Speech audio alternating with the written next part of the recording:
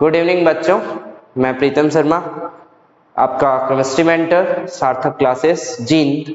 अभी अपन ने last lecture के अंदर मोल कॉन्सेप्ट के अंदर छोटी छोटी बातें की थी, उसी को कंटिन्यू करते हैं बेटा। और उसके अंदर लास्ट टाइम अपन ने जो बात करी थी, उस टाइम अपन ने बात करी थी बेटा रिलेटिव एटॉमिक मास के बारे में, एटॉमिक मास के बारे में, और वहां पर एक यूनिट आई थी एटॉमिक मास यूनिट। अगर अपन बात करें बेटा एटॉमिक मास यूनिट के बारे में, तो इसे अपन क्या बोलते हैं बेटा, एएमयू बोलते हैं। क्या बोलते हैं? एएमयू बोलते हैं। अगर एएमयू की बात करें तो एटॉमिक मास यूनिट, इसे किससे रिप्रेजेंट करते हैं बेटा? एएमयू से रिप्रेजेंट करते हैं। तो बेसिकली होता क्या है, तो the atomic mass unit is equal to the 1/12 into mass of 1 atom of carbon 12 isotopes के बराबर होता है। तो बेसिकली क्या है कि अगर अपन बात करें 1 एएमयू के बारे में बेटा, तो 1 एएमयू अपने पास में क्या होता है कि आप कार्बन 12 आइसोटोप्स के एक एटम के 12 पार्ट्स कर दें और उसका जो मास आएगा ग्राम के अंदर, वो किसके बराबर होगा बेटा? 1 एएमयू के बराबर होगा। तो अपन ने क्या बोला कि 1 AMU is equal to 1/12 into mass of 1 atom of carbon 12 isotopes के बराबर होगा बेटा। अब अपन ने यहां पर क्या बोला है बेटा? Mass of 1 atom of carbon 12 isotopes. अब mass of 1 atom of carbon 12 isotopes की बेटा अगर अपन बात करें तो अपने पास में कार्बन 12 आइसोटोप्स के एक एटम का मास कितना होगा? तो सबसे सिंपल सी एक चीज देखें कि अपने पास में Na एटम का मास क्या होता है बेटा? 12 ग्राम होता है। Na एटम का मास क्या होता है बेटा? 12 ग्राम होता है। तो 1 एटम का मास क्या होगा बेटा? 12/Na ग्राम। कितना मास होगा? 12/Na ग्राम होगा बेटा। अगर अपने पास में 12/Na ग्राम होगा तो अगर अपन इसकी बात करें तो क्या मास आएगा बेटा? 1/12 इंटू 12/Na। ये आपके पास में क्या आ जाएगा? ग्राम के अंदर बेटा कार्बन 12 आइसोटोप्स का मास आ जाएगा। किसके अंदर? कार्बन 12 आइसोटोप्स का मास आ जाएगा ग्राम के अंदर। फर्दर देखें, अगर अपन यहां पर बात करें तो ये अपना कैंसिल आउट हो गया बेटा। अगर अपन इसकी बात करें तो अपने पास में ये क्या हुआ? 12 से कैंसिल आउट हो गया और अपने पास में 1/Na इन ग्राम, ये आपके पास में क्या आ गई बेटा? 1 एएमयू की वैल्यू आ गई। क्या आ गई आपके पास में? 1 एएमयू की वैल्यू आ गई। क्या वैल्यू आ गई? 1/Na इन ग्राम। अगर अपन बात करें इसकी वैल्यू पुट करें तो वैल्यू क्या होगी? 6.022 इंटू 10 की पावर 23। ये आपके पास में क्या होगा बेटा? ग्राम के अंदर वैल्यू होगी। अब देखिए, ये तो अपन ने डिवाइड करा तो इसके एग्जैक्ट जो वैल्यू है बेटा 1/6.022 इंटू 10 की पावर 23 ग्राम, ये क्या आ जाएगी अपने पास में? 1.67 इंटू 10 की पावर -24 ग्राम के अंदर।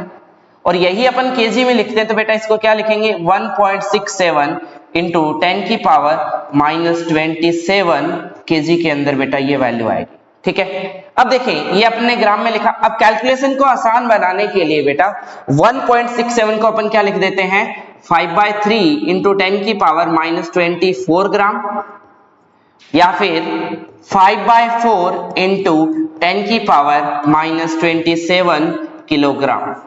5/3 इंटू 10 की पावर -27 किलोग्राम। तो कैलकुलेशन को आसान बनाने के लिए बेटा अपन क्या कर देते हैं, इसको 5/3 इंटू 10 की पावर -24 ग्राम को अपन यूज ले लेते हैं। और इधर अपन अगर किलोग्राम में यूज लेना है तो अपन क्या वैल्यू यूज लेते हैं? 5/3 इंटू 10 की पावर -27 किलोग्राम यूज ले लेते हैं। ओके, तो देखें अपने पास में अब से एक वैल्यू क्लियर हो गई कि आपके पास में जो 1 एएमयू आया बेटा, तो 1 एएमयू की वैल्यू आप याद रखेंगे।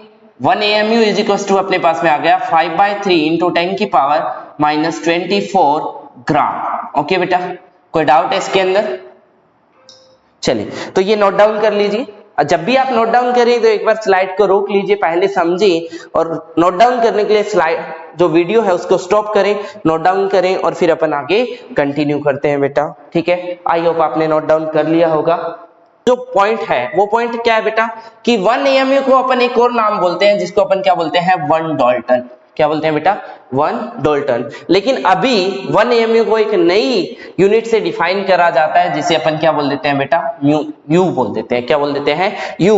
और ये यू होता क्या है बेटा यूनिफाइड मास होता है। क्या होता है बेटा यूनिफाइड मास। मतलब आपके पास में 1 AMU को एक और अगर अपना लिखना चाहें तो क्या लिख देंगे बेटा 1U लिख देते हैं। क्या लिख देते हैं 1U। इसका मतलब 1U की वैल्यू क्या आई बेटा आपके पास में 1U की वैल्यू आपके पास में आई बेटा 1.67 इंटू 10 की पावर -24 ग्राम या फिर 1.67 इंटू 10 की power -27 kilogram.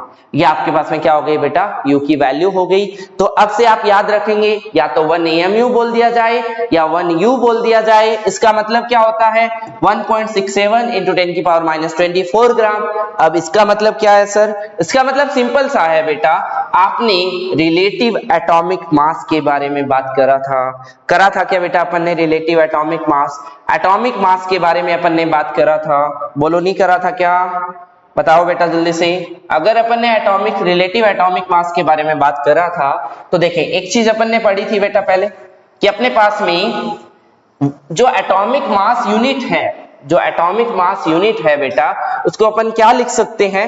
Atomic mass unit को अगर अपन लिखना चाहें तो अपन उसको लिख सकते हैं। अपन ने बोला था उसकी 2 यूनिट होती है। एक तो ग्राम में होती है जो एटॉमिक मास है बेटा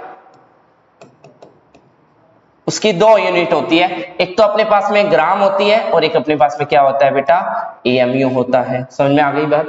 एटॉमिक मास की कितनी यूनिट होती है 2 यूनिट होती है। एक तो ग्राम होती है और AMU अपन ने बोला था।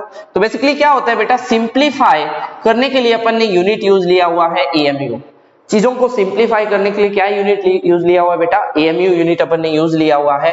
तो जैसे फॉर एग्जांपल अपन बात करें सोडियम की तो सोडियम का मास अपन क्या बोल देते हैं बेटा एटॉमिक मास 23 AMU बोल देते हैं। क्या बोल देते हैं 23 AMU बोल देते हैं। लेकिन एक्चुअल में अगर इसकी ग्राम में बात करी जाए तो ग्राम में ये वैल्यू क्या होगी 23 इंटू 5/3 इंटू 10 की पावर -24 ग्राम। अब देखो बेटा इस चीज को एक तो याद करें अपन और एक अपन ये याद करें कौन से वाला सिंप्लीफाई रहेगा ये वाला सिंप्लीफाई रहेगा।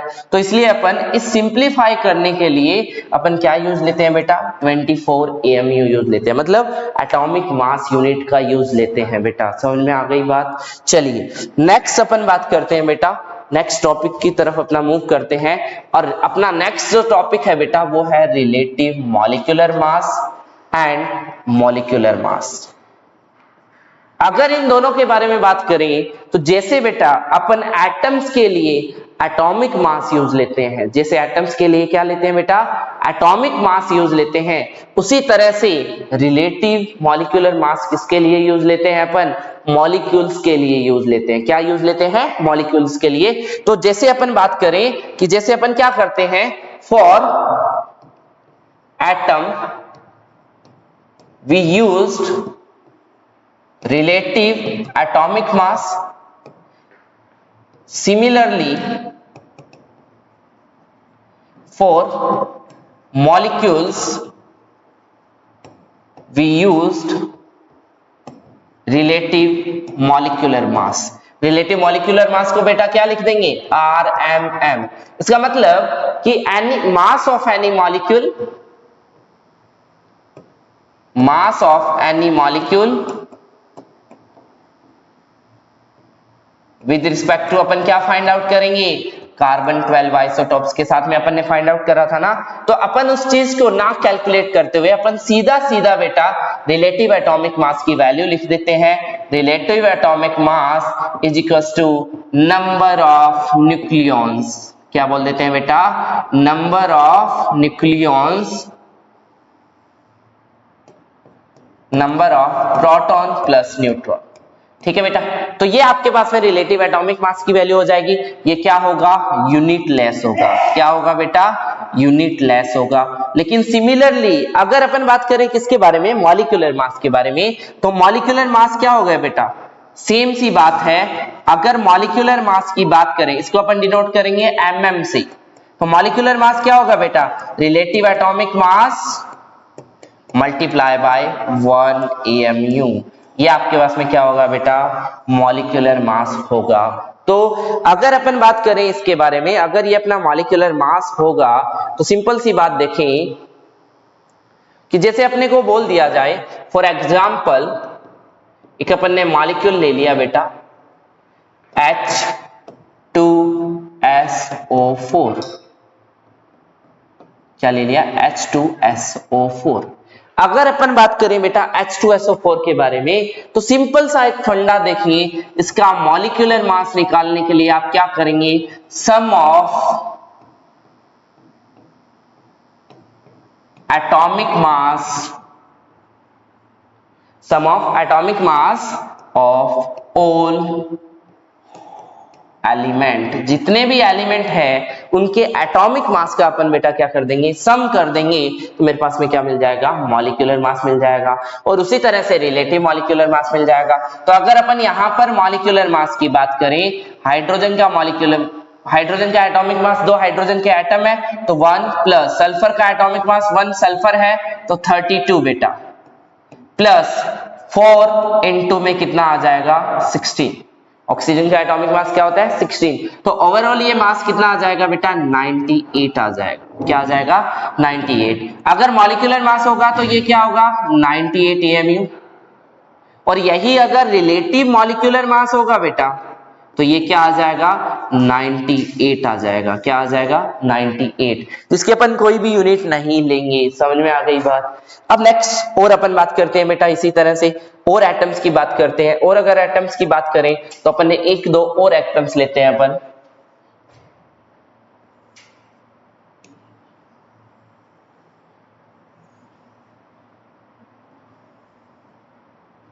अब देखिए बेटा अपन ने 1-2 एटम और लिया। अगर 1-2 एटम की और कंपाउंड्स की और बात करें तो अपन ने एक और मॉलिक्यूल ले लिया बेटा CaCO3। अब देखो CaCO3 की बात करें बेटा तो इसका मॉलिक्यूलर मास क्या आ जाएगा। मॉलिक्यूलर मास सबसे पहले कैल्शियम कितना होता है बेटा 20 होता है। कैल्शियम का कितना होता है 20 होता है। प्लस कार्बन कितने बेटा, कैल्शियम 1 था तो 20 लिया उसका। कार्बन कितने अपने पास में 1 है तो कार्बन का मॉलिक्यूलर मास 12 प्लस 3 इंटू में ऑक्सीजन का मॉलिक्यूलर, ऑक्सीजन का एटॉमिक मास। तो ऑक्सीजन का एटॉमिक मास क्या होता है बेटा 16 होता है। तो देखिए सबसे पहले अपन ने क्या लिया 20, ये किसका एटॉमिक मास है कैल्शियम का। फिर अपन ने क्या लिया बेटा 12, ये किसका एटॉमिक मास है कार्बन का। प्लस क्या लिया अपन ने 3 इंटू में 16, तो ये किसका एटॉमिक मास है बेटा ऑक्सीजन का। तो टोटल सम कितना आ गया बेटा ये 20 प्लस 12 इंटू में 3 इंटू में 16, तो ये हो गया अपने पास में 20।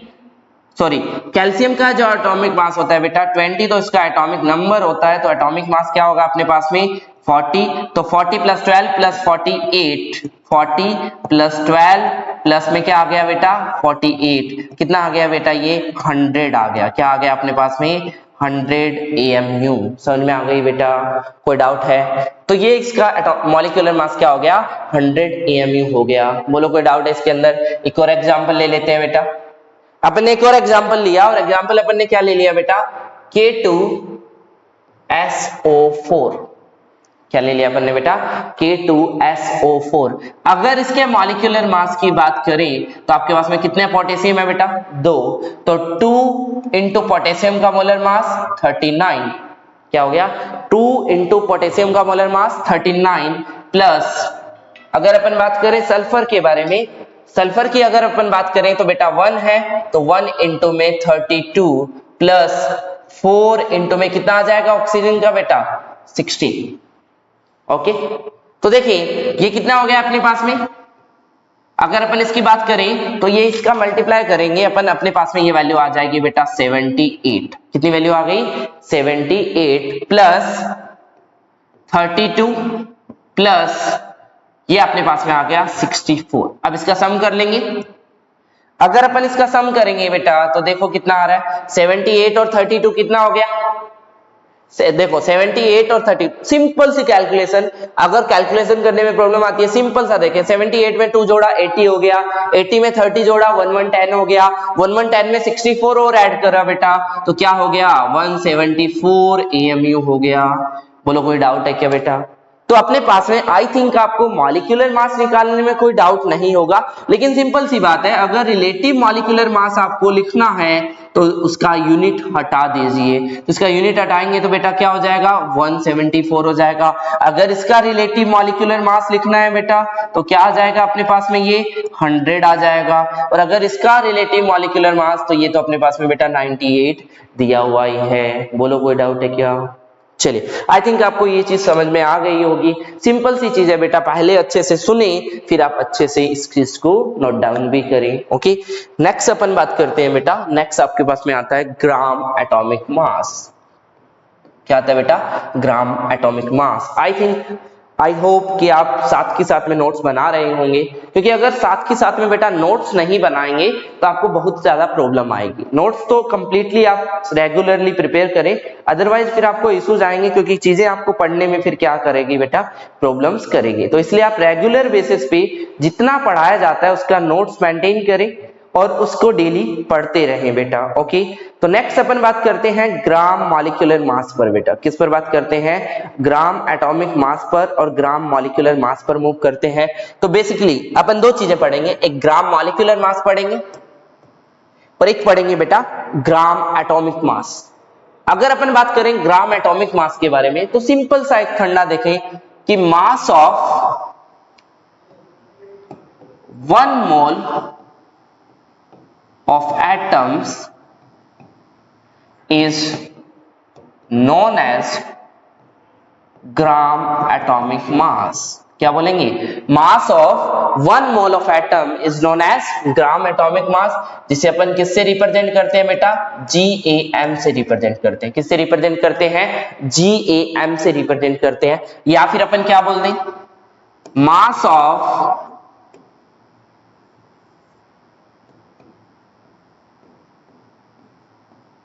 any atom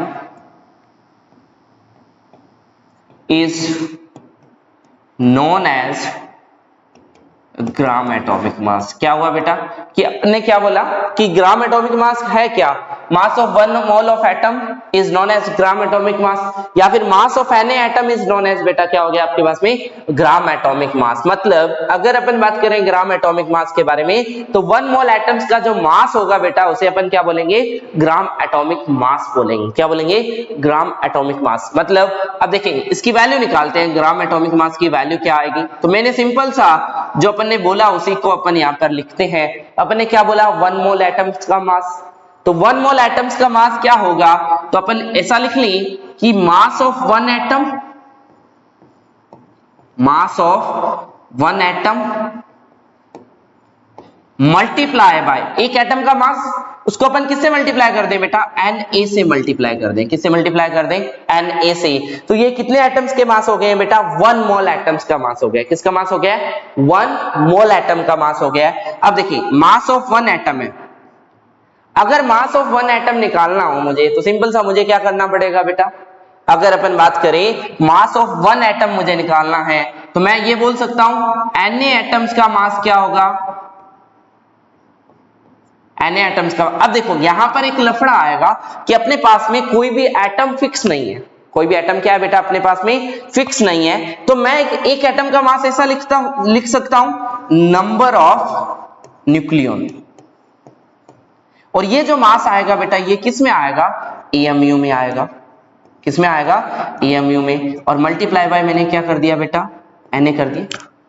अब देखें मैंने क्या कर दिया, मास of 1 atom number of nucleon in AMU, mass of 1 atom होगा उसको मैंने Na से मल्टीप्लाई कर दिया। तो ये जो पूरी वैल्यू आई बेटा मेरे पास में ये AMU में आ गई। लेकिन अब मेरे पास में अगर 1 AMU को मुझे ग्राम में लिखना है तो मैं क्या लिख सकता हूं, 1 बाय Na ग्राम। क्या लिख सकता हूं बेटा, 1 बाय Na ग्राम। तो यहां पर number of nucleons in AMU आ रहा है ये, तो अगर मैं इसको ग्राम में लिखूं तो क्या लिख दूंगा बेटा, number of nucleons divide by Na, और ये वैल्यू किस में हो गई बेटा, ग्राम में, और मल्टीप्लाई बाय Na। तो Na से Na यहां पे क्या हो गया बेटा, कैंसिल हो गया। तो मेरे पास में ग्राम एटॉमिक मास का वैल्यू क्या आ गया बेटा, सिंपल सा वैल्यू आ गया नंबर ऑफ न्यूक्लियॉन्स इन ग्राम।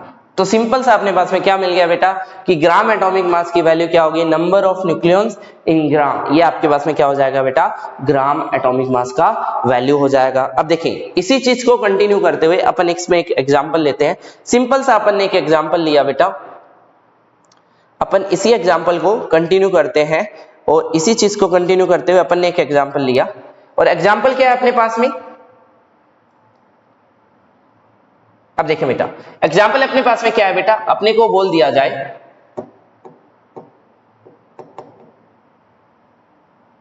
अब अपने को बोल दिया जाए अगर अपन बात करें तो अपने को क्या बोला जा रहा है, आपको क्या निकालना है, ग्राम एटॉमिक मास निकालना है। तो सिंपल सा देखें अपन ने एक एटम लिया,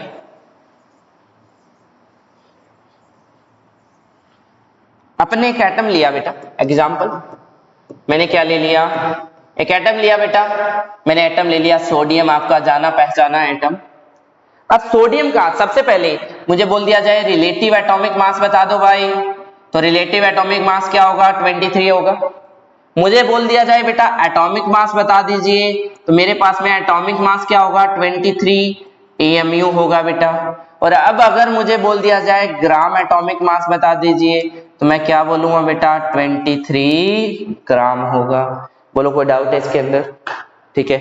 अब एक और एग्जांपल ले लेते हैं अपन ने एक और एग्जांपल लिया और उस एग्जांपल के बारे में बात करते हैं। अभी अपन ने क्या ले लिया बेटा, पोटेशियम ले लिया।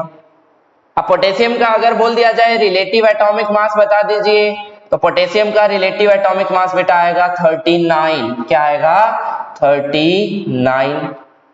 अगर बेटा बोल दिया जाए एटॉमिक मास बता दो, तो एटॉमिक मास बेटा आ जाएगा 39 AMU। और बोल दिया जाए बेटा ग्राम एटॉमिक मास बता दीजिए, तो ये अपने पास में आ जाएगा बेटा 39 ग्राम। बेटा देखो चीजें बहुत छोटी छोटी है लेकिन आनी बहुत इंपॉर्टेंट है।